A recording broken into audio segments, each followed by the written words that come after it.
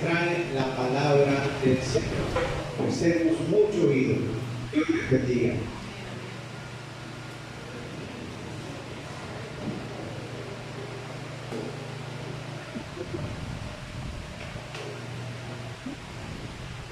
Buenas tardes, hermanos. Dios les bendice. Dios les ama. ¿Cómo están?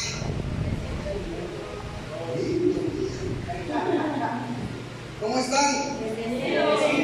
Ah, bueno, ya cambia la cosa. Así sí. Bueno, como siempre es un placer estar aquí. Es agradable compartir las buenas nuevas del Señor Jesucristo. Es bonito compartir de su palabra. La verdad, cuando puedan y tengan la oportunidad, no se necesita un público. Háganlo. Donde quiera que estén y puedan compartir, háganlo. Mucha gente allá afuera, de verdad, necesita de la palabra de Dios. Hay mucha gente que ni siquiera conoce a Dios. O dicen conocer a un Dios que la verdad no tiene nada que ver con el Dios que verdaderamente conocemos. Amén. Así que hay que predicar su palabra. Bueno, pues hoy me toca compartir, hermanos, un tema que lleva como título Viviendo libres bajo la gracia de Dios. ¿Cuántos de aquí se sienten libres? Amén. Amén. Pues si no te sientes libre, siéntete, porque Dios por su sangre en la cruz nos hizo libres. Y como pues es el primer jueves de servicio, ¿verdad? Porque fue el primer martes de oración, hoy es el primer jueves de servicio del año. Empezamos un año 2023 y como lo decía también el martes, hay mucha gente que hace propósitos normalmente siempre al empezar el año.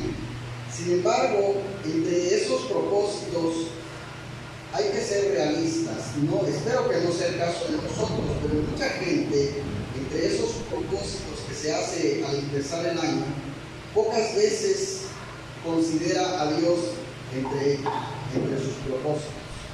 Pocas veces. Por eso, mis hermanos, definitivamente, este es un buen tiempo y este es el tiempo para vivir nuestras vidas de acuerdo a la voluntad de Dios y que por fin podamos ser verdaderamente libres. ¿Sí? Su voluntad está expresada en su palabra y hoy la vamos a poder ver en el libro de 2 de Corintios. Si tienen su Biblia a la mano, busquen este libro de 2 de Corintios y busquen, si pueden, el capítulo 9. Vamos a leer el versículo 8. 2 de Corintios, capítulo 9, versículo 8. Dice así la palabra del Señor. Y poderoso es Dios para hacer que abunde en vosotros toda gracia, a fin de que, teniendo siempre en todas las cosas todo lo suficiente, abundéis para toda buena obra. Amén. Gracias, Señor, te damos, Padre, en esta tarde por permitirnos estar aquí reunidos, Padre, para adorarte, para alabarte, para glorificarte, Señor. Te doy gracias, Señor, por cada persona aquí presente, Señor. Abre nuestro entendimiento, nuestro corazón y nuestra mente para escuchar esta palabra, Señor. Y sé tú, Padre, el que guíe en esta tarde mi boca y mi lengua para hablar entre ellas, Señor. Que ningún sentimiento personal entre en esta palabra, Señor. Y seas tú hablándonos y ministrándonos en este día, Padre. Te alabamos, Señor, y la gloria y la honra son solamente para ti, Jesús. Y bueno, en otras palabras, mis hermanos, podemos leer estos versículos de la siguiente manera, si lo podemos entender un poco más a nuestro lenguaje, ¿verdad? Si la tienen ahí a la mano, vuelvan a leer y miren lo que podemos entender. Podría decir, y el poder de Dios es aplicado para hacer que abunde en vosotros. ¿Quiénes somos nosotros? Los creyentes, ¿verdad? En vosotros toda gracia.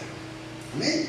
Amén. Vamos a hacernos una pregunta esta tarde, hermanos, que nos va a ayudar a entender precisamente lo que hoy vamos a compartir. Yo quisiera preguntarles, ¿qué es la gracia? Muchos sé que lo saben, muchos tenemos una idea, muchos no sabemos. ¿Qué es la gracia?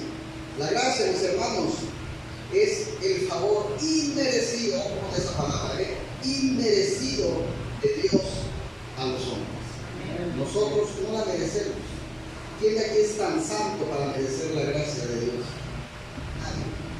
¿Sí? Sin embargo, Él en su infinito amor nos ha dado de su gracia. En otras palabras, Dios nos da aquello que muchas veces no merecemos, pero que sí necesitamos. ¿Sí? Hoy nosotros vivimos bajo el pacto de la gracia. Y este es un tiempo bendito que Dios preparó de antemano para todos nosotros, hermanos. Sobre todo, pues obviamente, los que hemos recibido a Cristo como nuestro Padre. Para poder entender lo que sí es la gracia, tenemos que comenzar hablando acerca de lo que no es la gracia, porque ahí es donde hay mucha confusión. Y qué mejor que hablar del pacto de la ley para entender este concepto. Los que han leído el Antiguo Testamento, les voy a hablar de la ley. La ley, antes que viniera la gracia, existió la ley. La ley era un pacto de obras, ¿sí? La Biblia dice que bajo el pacto de la ley, el perdón y la salvación se obtenían por medio de las obras, ¿sí? Aunque esto era imposible, y a no ser por el amor y la misericordia de Dios, aún bajo la ley, definitivamente, amigos y hermanos, nadie hubiera sido salvo. La ley decía que si tú obedecías, tú recibirías una recompensa, es decir, una bendición de parte del Señor. Pero si tú desobedecías, entonces recibías un castigo de parte de Dios, o algunos también dicen una maldición de parte de Dios. Así que, como nadie podía guardar la ley, que realmente aparentaba guardar la ley. ¿Por qué? Porque en apariencia los fariseos pues eran muy santos, ¿verdad? Pero realmente en sus vidas nadie guardaba la ley. Por lo tanto, pues realmente todos estaban malditos, todos tenían esta maldición. Nadie podía vivir bajo la ley porque nadie podía guardar y obedecer la ley en completa totalidad. ¿Sí? Si guardabas toda la ley, pero fallabas en una sola cosa, la más mínima, lo que tú puedas llamar algo insignificante, te hacías culpable de toda la ley. ¿Sí? Y en contraste, la gracia no es un pacto de obras, sino es un pacto de fe, ¿sí? En Jesucristo, quien fue Él que cumplió la ley en su totalidad, Él sí, y puso fin a la ley, viniendo entonces ahora la gracia. Vamos a buscar el libro de Gálatas, capítulo 2, versículo 16. Gálatas 2, 16.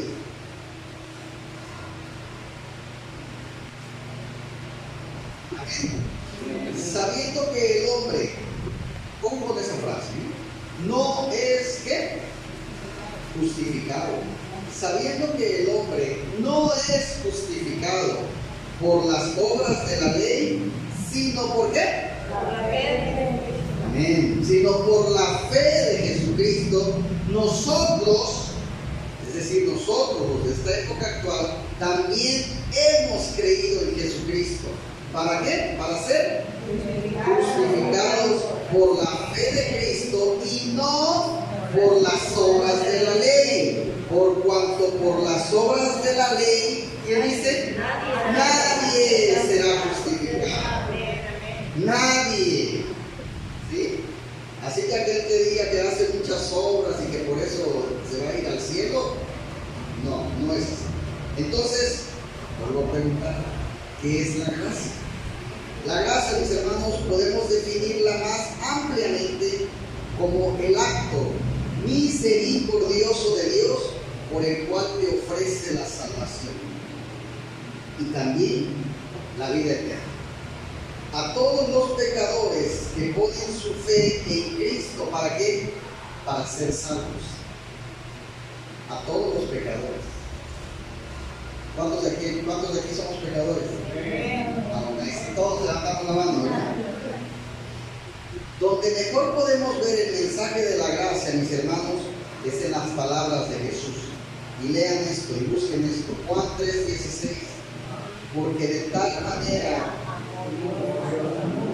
que ha dado para que todo no se pierda, más tenga.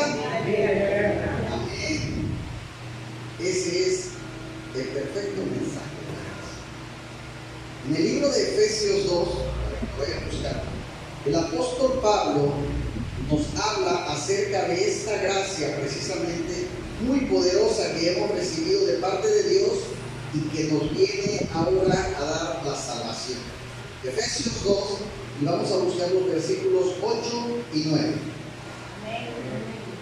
Dice, porque por gracia, por medio de la fe, y esto no de vosotros, pues es don, no por obras, para que nadie se gloríe. Fíjense qué sabio, qué inmensa sabiduría tiene nuestro Señor, que se escribe esto en su palabra, ¿no? Para que nadie se gloríe.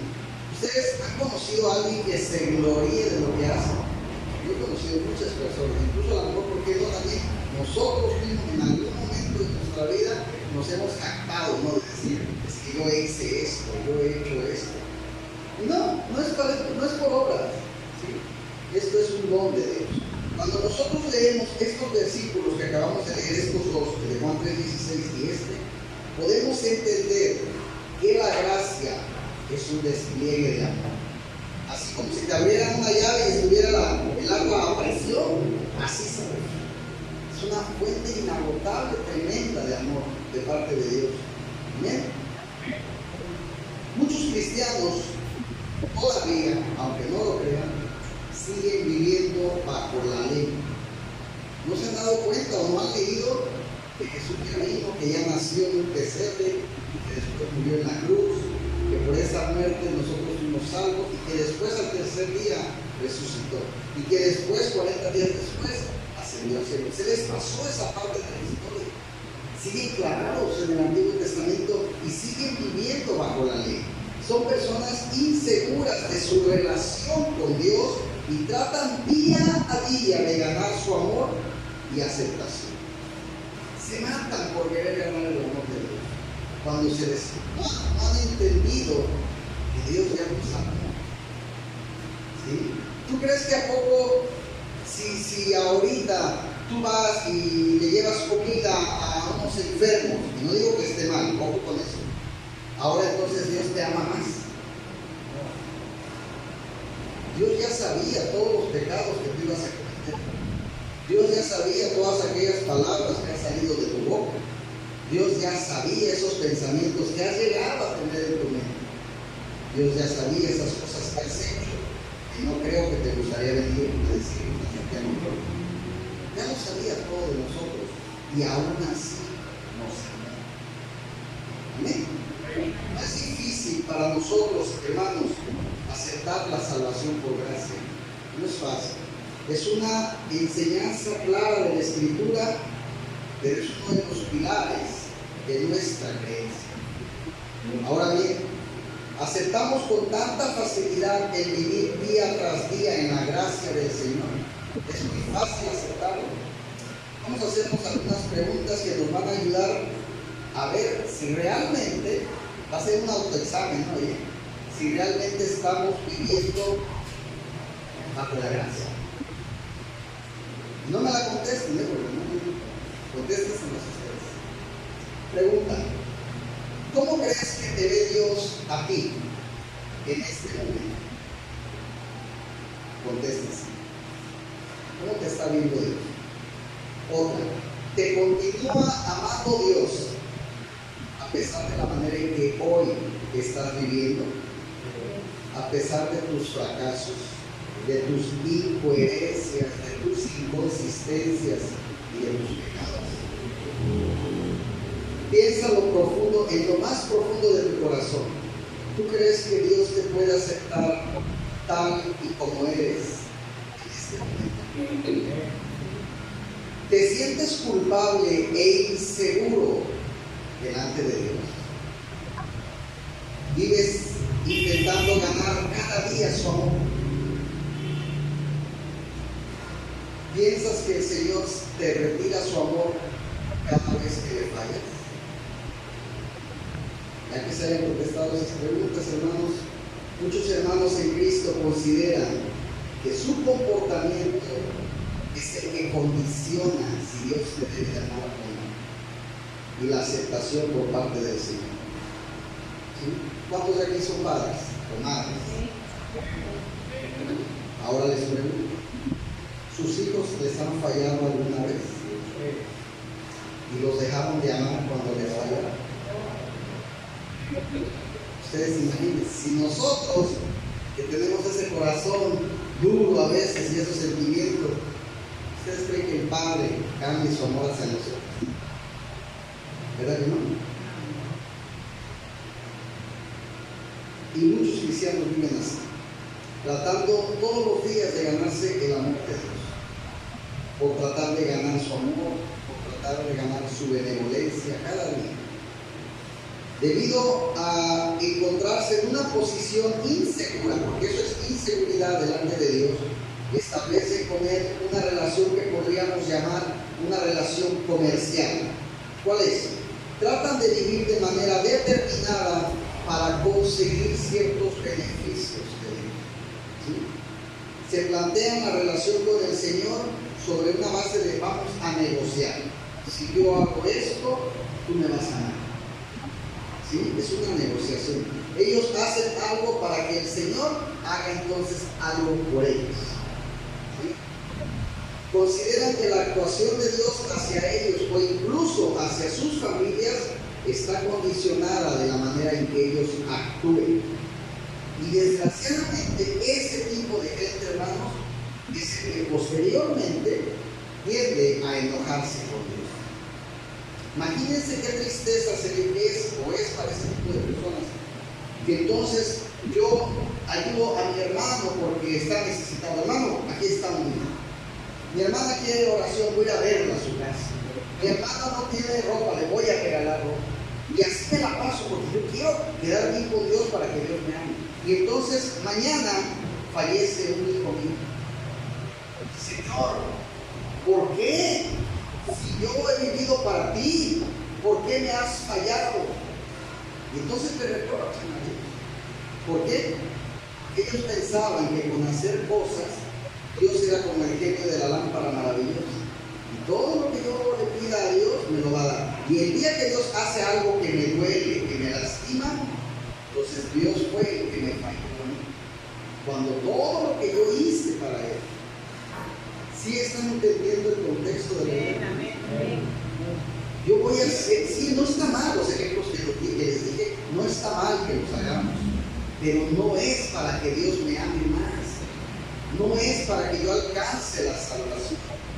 Eso lo hago porque ya entendí que Dios me ama, ¿sí? Porque ya entendí que ya Dios murió por mí, y por eso yo ahora trato de llevar la palabra y de predicarlo.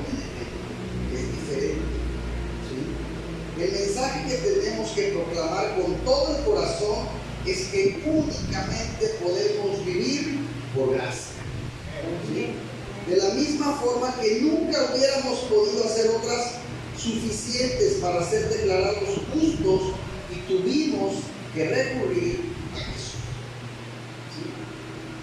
Nunca, de verdad, absolutamente nunca, se lo repito, vamos a dar la talla para vivir día tras día en la presencia del Señor y poder ser merecedores de su amor, de su aceptación y de sus bendiciones.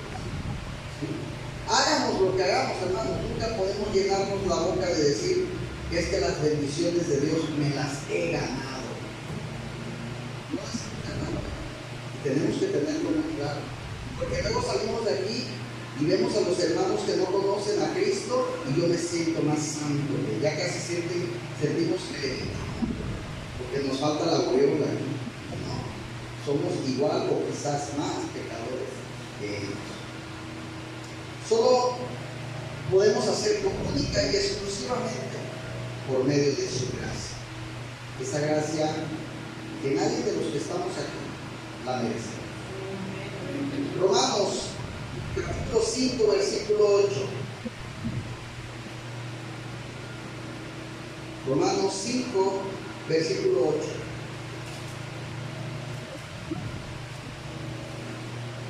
Mas Dios muestra su amor. ¿Para quién? Para nosotros. Para con nosotros. Esto debería de grabarse de esa persona que seguido se queja de que nadie la quiere. Nadie me quiere. Se siente como el patito feo. Casi no hace mejor me come un gusanito. ¿Verdad? Mas Dios muestra su amor para con nosotros, en que siendo aún pecadores, Cristo murió por nosotros.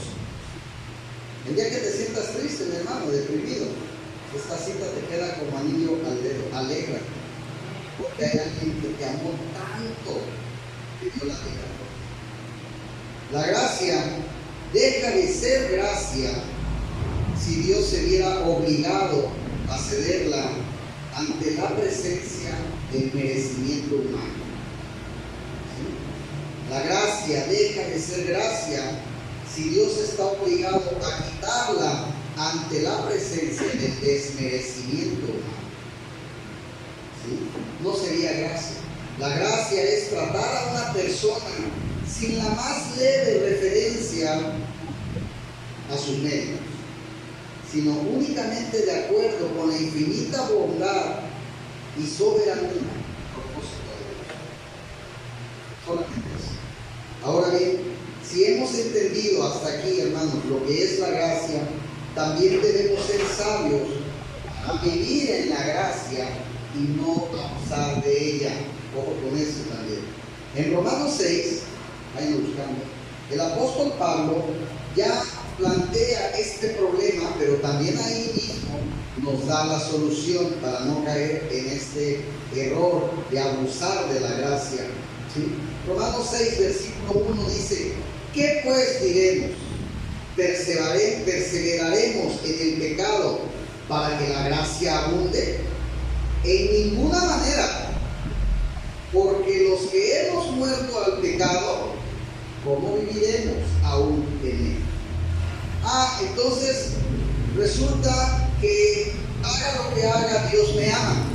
Sí. Resulta que si yo le fallo a Dios, Dios me sigue amando. Sí. Pues entonces le voy a fallar. ¿Para qué me preocupo por dejar de hacer cosas si Dios me va a amar de todos modos? Muchos caen en ese error. Ahora nos vamos al otro extremo, ¿no? El que se la pasa haciendo cosas y el que ahora dice, pues entonces no las hago y hago todo, no hago tantas cosas buenas, ahora hago cosas malas. De todos modos, la gracia del Señor sobreabunda y me ama. No podemos caer en ese error tampoco, ¿no? ¿Sí? Hay una cita bíblica, no sé si algunos la han leído, donde dice: más te vale que no me hubieras conocido. ¿Sí? Porque una vez que ya lo conocemos, no podemos regresar de donde Él nos sacó. Mucha gente dice: yo estoy agradecido con Dios porque Dios me hizo libre. ¿De qué te hizo libre? Del pecado. Porque vives en Él, porque regresaste a Él. Entonces no eres. Sigues igual de esclavizado que como estabas antes. Pablo afirma que aquellos que hemos conocido a Jesús como nuestro Señor, como nuestro Salvador, los que hemos experimentado su gracia, no podemos seguir pecando. ¿Sí? ¿Vamos a fallar? Sí. Pero tenemos que hacer lo posible para no fallar. Algunos pueden decir a esto: bien, al fin y al cabo estamos en lo mismo, hay que seguir obrando. Pero en realidad, hermanos, les repito, esto no es de esta manera. Quien ha entendido la gracia se esfuerza por no pecar. ¿Alguna vez se han esforzado por no pecar? Sí. Yo creo que muchos hemos vivido esa batalla. Por ejemplo, el otro día yo platicando y se los comparto, y cuando estaba preparando el tema me acordé de ese ejemplo. Había un amigo que conocí en otra iglesia, que es cristiano, y me lo encontré apenas hace como una semana y media, y estuvimos platicando y me asombró mucho algo que él me platicó. Él está casado y me dijo: fíjate que entré a trabajar, valga la redundancia, a un nuevo trabajo. Y encontré a una muchacha que fue mi novia hace muchos años. Y sentía algo. Y yo lo estaba escuchando. Y yo dije, de seguro me va a decir, pues que ya le fue fiel a su esposa, que si puedo orar por él, que si le puedo dar consejo, no sé. Yo ya estaba pensando, ¿no? Y me dice, y fíjate que ella, pues, como que los primeros días, pues se me acercaba mucho y andaba platicando. Incluso me dijo que a ver cuándo íbamos a cenar. ¿Qué pasó? ¿Qué hiciste? No, pues me salí del trabajo. Mejor me fui a buscar otro trabajo. Porque preferí eso a fallar en mi esposa. Yo pensaba que me iba a decir todo lo contrario, pero yo quiero pensar en este ejemplo, que él batalló contra el pecado. Hubo una parte de él que quería, pero hubo otra parte de él que le dijo no. Y tú tienes ese libre albedrío de tomar una decisión. ¿Cuál de las dos hago? ¿Cuál me conviene más? Pero yo creo que la pregunta más importante es, ¿qué querrá Dios que tome? ¿Qué decisión tome? Y yo creo que entonces, todos estamos, mis hermanos, en ese momento que te enojas y quieres decir una palabra, y dices no. En ese momento que ves al amigo, a la amiga que te hizo algo y quisieras que tu carne se apoderara y decir muchas cosas y no. Entonces son momentos que tenemos esa lucha, pero que tenemos que pedirle a Dios que nos dé el discernimiento, la sabiduría para tomar la decisión correcta. Su esfuerzo, o ese esfuerzo que tú haces, nace del deseo de no fallarle a Dios. Eso es algo muy bonito, yo creo que todos lo deberíamos de tener. Tengo el deseo de no fallarle a Dios, ¿sí? De no defraudar, imagínate, de no defraudar a alguien que te ama y te acepta de una forma tan tremenda y tan hermosa. Le vas a fallar, en el momento en que vas a pecar, le vas a fallar a alguien que murió por ti, a alguien que lo azotaron por ti. De verdad, es algo que tenemos que reflexionar. El pecado, hermanos, produce dolor en la persona que vive bajo la gracia. Esa es otra. Cuando ya tomamos la decisión equivocada y pecamos, si tú vives bajo la gracia de Dios, te va a estar doliendo.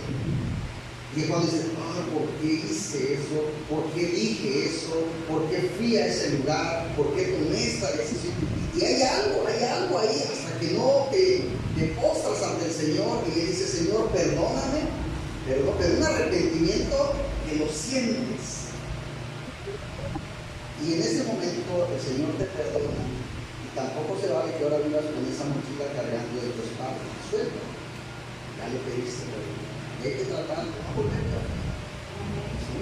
Pero sí es importante entenderlo de esa manera. El pecado, cuando decía a una persona cristiana, una frase que siempre me ha gustado mucho, es chistosa, pero decía, Edgar, cuando uno es cristiano y tienes al Espíritu Santo, no puedes pecar a gusto. Y sí es cierto. Porque no te sientes bien. No te sientes bien. Y la persona que no tiene a Cristo, cuando en su momento no éramos cristianos, no te dolía pecar. Al contrario, te gustaba pecar. Te divertía, te alegraba. Ahora no. Ahora cuando fallas sientes algo feo. No sé qué palabra ponerle, pero sientes algo feo. ¿Sí? Entonces, sin embargo, no es el dolor de sentirte inseguro o de haber perdido el favor, el amor o la aceptación de Dios. Antes, al contrario, es el dolor que produce el haber traicionado la confianza de aquel que te ama. ¿Sí? El no haber estado a la altura de su amor y de su gracia. Es el dolor que produce el ser consciente de haber devuelto mal por bien. Por decirlo de alguna manera, es el dolor de haber pisoteado la bondad y el amor incondicional de Dios. Todo eso fallarle al Señor.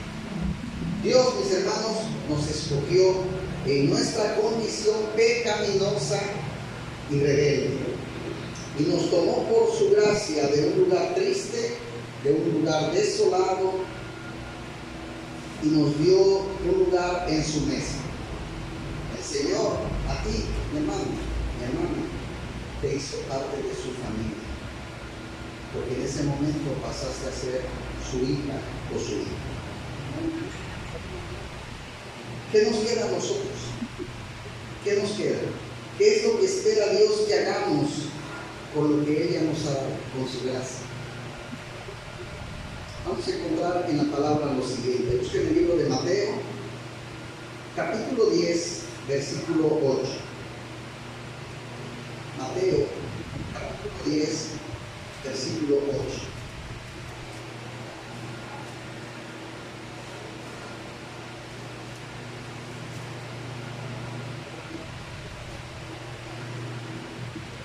Sanar enfermos, limpiar leprosos, resucitar muertos, echar fuera demonios.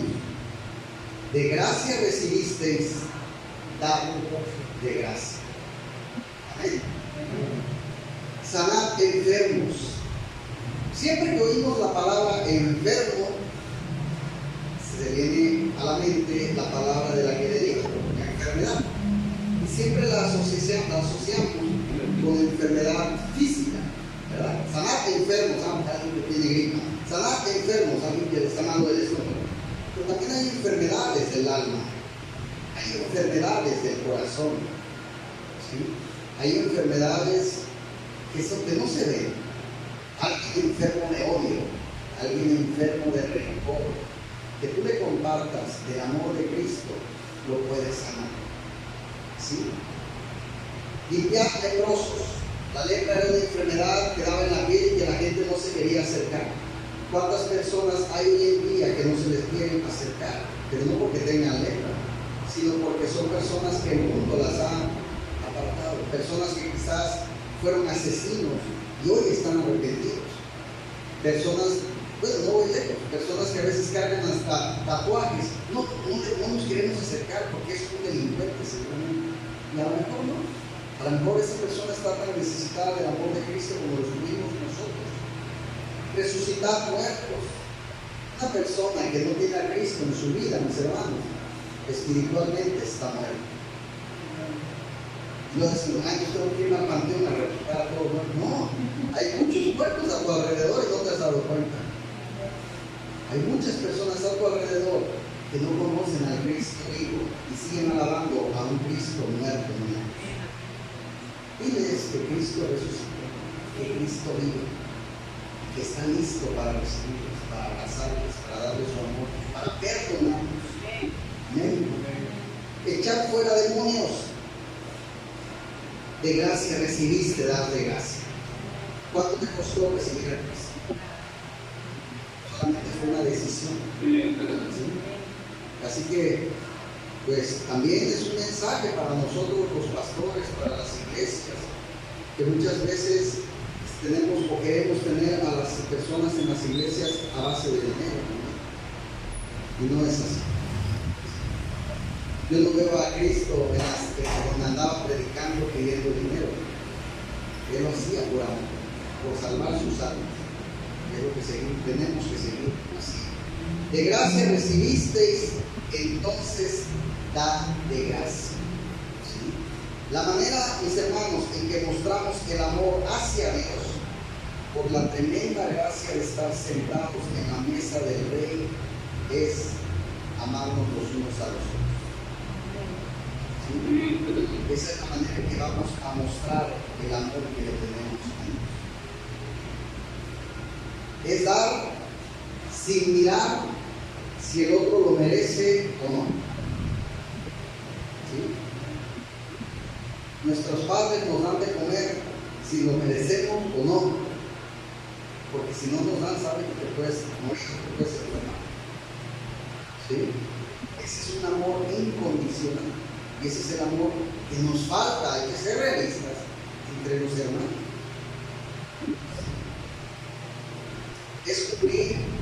estudiar si el otro me lo podrá pagar.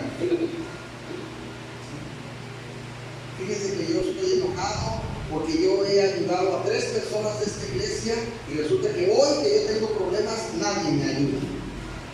No. Entonces actuamos mal porque hicimos algo esperando algo a favor de mí. Es aceptar al otro como es. ¿Sí? Ay, no, pero es que ese hermano no me cae bien porque nunca se ríe, siempre tiene cara de enojado. Entonces, acéptalo así como es. Quizás hay un pasado atrás de él que lo hizo ser así, que la hizo ser así. ¿No?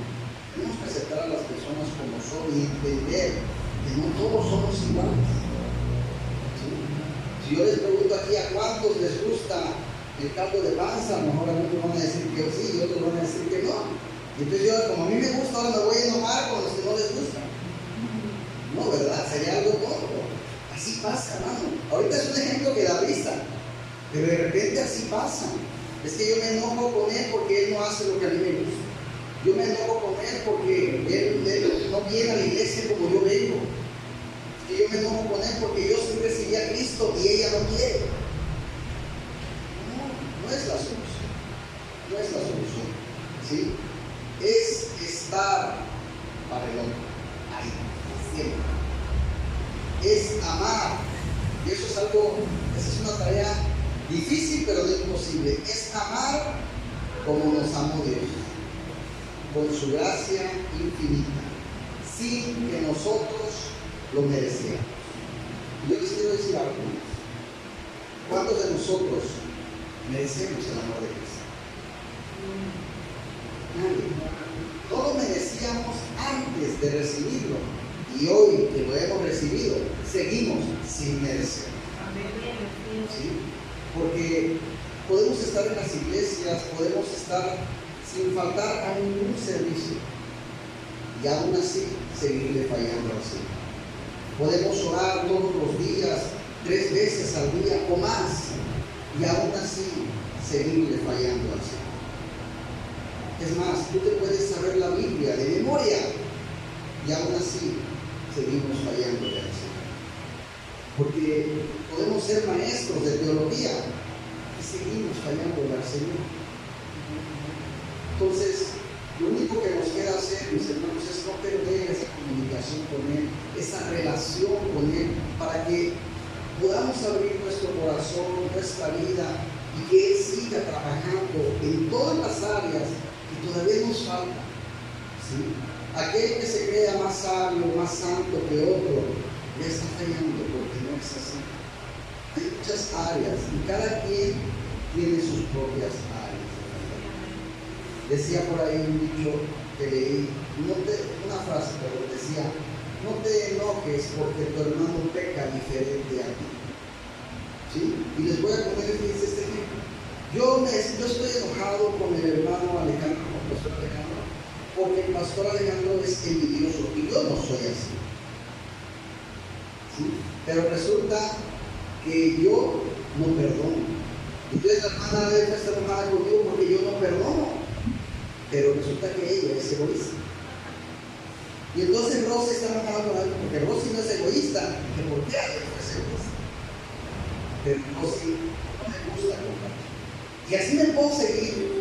Cada quien tiene pecados diferentes. Y nos enojamos porque él tiene un pecado que yo no tengo. Pero ¿sabes qué? Tú tienes otro. Y todos aquí tenemos una batalla personal. Quizás mi pecado no es el del hermano de Dios. Yo estoy batallando y me cuesta arreglar esa parte de mi vida. Y el hermano de Dios para él ya lo solucionó desde hace muchos años. Pero quizás hay un área en él que es la que a él le ha costado. Cuando nosotros empezamos a comprender eso, hermanos, nos damos cuenta que definitivamente la gracia del Señor está aquí, que nos la ha dado sin merecer, porque nadie la merece. Su amor es infinito, su amor es interminable. Amén. Compartamos las buenas nuevas del Señor y hagamos partícipes de la gracia a aquella persona que todavía no la conoce. Amén. Gracias, Señor, te damos en esta noche, Padre, por habernos permitido estar aquí reunidos, Padre. Gracias por esta palabra, Señor, que tú nos has hablado en esta noche, Señor, de manera personal, como que pusiste en mi corazón al preparar este tema, Señor. Gracias por eso, que tú también me hablaste a mí, Señor. Te damos gracias, Señor, porque en todo tiempo tú eres bueno, Señor. Gracias por esa gracia inmerecedora que nos has dado, Padre. Quisiéramos de verdad aprender a amar como tú, que aunque te fallemos, tú nos sigues amando. Quisiéramos, Señor, perdonar como tú, porque aunque seguimos pecando, tú nos sigues perdonando, Señor. Quisiéramos tener, Señor, esa sabiduría que tú tienes. Ayúdanos, Padre, a acrecentar nuestra fe, Señor, porque reconocemos que hay momentos en nuestra vida en que nuestra fe flaquea todavía, Señor. Reconocemos, Señor, que seguimos fallando en muchas áreas, Padre, que quizás pensábamos que ya habíamos librado y hoy nos damos cuenta que todavía no. Perdónanos, Padre, por no hacerte caso en el aspecto de llevar tu mensaje, de predicar tu palabra, de entender, Padre, que vivimos bajo tu gracia, Señor. Haznos guerreros valientes, guerreros fuertes, Señor, para salir a la calle, Señor, y ser lo que somos aquí adentro, Señor. Que no encerremos nuestra vida espiritual en estas cuatro paredes, Señor, sino que salgamos allá afuera y hablemos de las buenas nuevas de tu palabra, Señor. Hay mucha gente, Señor, necesitada de tu palabra, pero sobre todo de tu amor, Señor. Ayúdanos, Señor, a llevar ese mensaje. Ayúdanos, Padre, a que las personas que queremos, a nuestras personas cercanas, tú nos des, Padre, las palabras adecuadas para poderles hablar de ti, Señor. Sabemos que cada persona es diferente y a cada persona tenemos que hablarle diferente, Señor. Pon en nosotros, Señor, esa sabiduría para saber distinguir, para saber conocer cómo llevar tu evangelio a los demás. Con nosotros, Señor, te pedimos que nos perdones y que sigas, que tú nos ayudes a seguir trabajando en quitar de nosotros todo aquello, Señor, que no te agrade y en mejorar aún más aquello que sí te agrada, Señor. Ayúdanos, Señor, a ser mejores esposos. Ayúdanos, Señor, a ser mejores padres. Ayúdanos, Señor, a ser mejores hijos. Ayúdanos, Señor, a ser mejores hermanos y amigos. Pero sobre todo, Señor, ayúdanos cada día a ser mejores hijos tuyos, Padre. Gracias, Señor, por tu infinita gracia, por tu infinita misericordia y por tu infinito amor. Bendito seas, Padre. Te damos toda la gloria y toda la honra. Solo a ti, Señor.